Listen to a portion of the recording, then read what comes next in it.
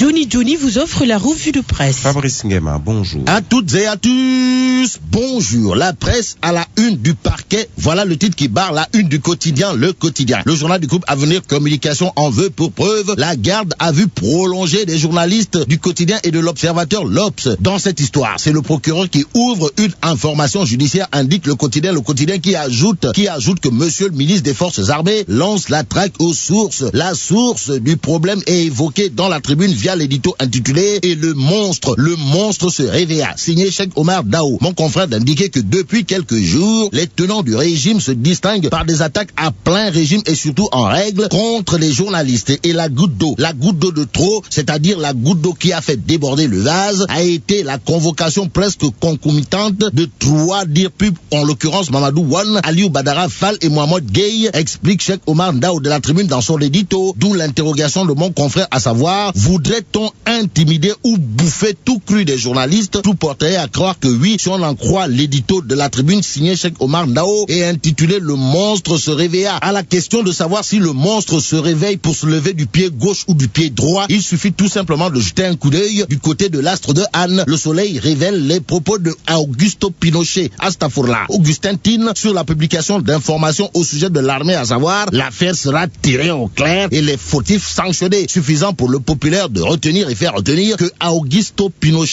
Augustin Tine charge la presse à l'arme lourde. À côté des roquettes et des obus de Augusto Tine, le populaire annonce également le retour de parquet pour les 3 journalistes arrêtés par la gendarmerie. Suffisant pour Sud Quotidien de titrer liberté de la presse en question. Sur la question, c'est Mamadou Ibrahim Khan, big boss du groupe Futur Média, qui monte au créneau dans Sud Quotidien pour parler d'une prise d'otage de journalistes. Magyambal Diagne du groupe Avenir Communication, toujours dans Sud Quotidien, crie à la liberté de la presse bafouée. En attendant la suite, la tribune revient pour nous informer que Barthélémy Diaz est traîné en justice par les régisseurs. Monsieur le maire de Baobab est accusé d'association de malfaiteurs, vol et destruction de biens appartenant à autrui, explique la tribune. Le journal du groupe des médias renseigne que les régisseurs réclament à Barthélémy Diaz 700 millions et monsieur le député maire doit comparaître le 28 juillet prochain. Information révélée également par le journal Enquête qui souligne à ça une affaire des panneaux détruits. Témis s'invite dans la bataille. Une guerre aux allures de mutinerie fait rage au sein du Parti Socialiste car dans le journal Enquête, c'est monsieur le maire de Dalifort Forail, en l'occurrence Idrissa Diallo, qui dit que Tanor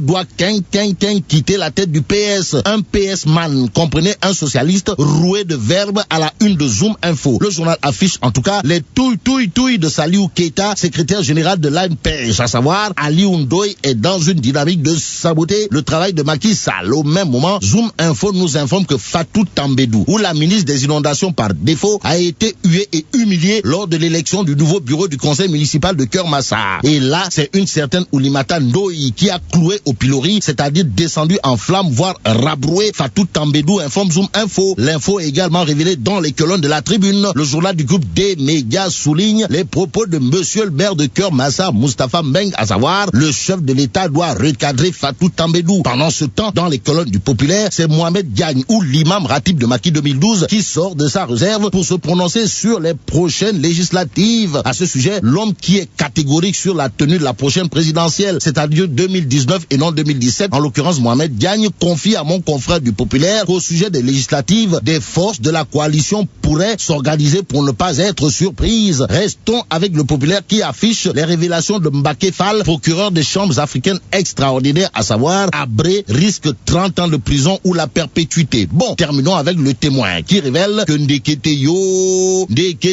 à Thiès, les prostituées observent le jeune. Et quand les belles de nuit observent le jeune à Thiès, mais là tu dong de saïrement ou le bâtiment. Réponse peut-être avec Irandao.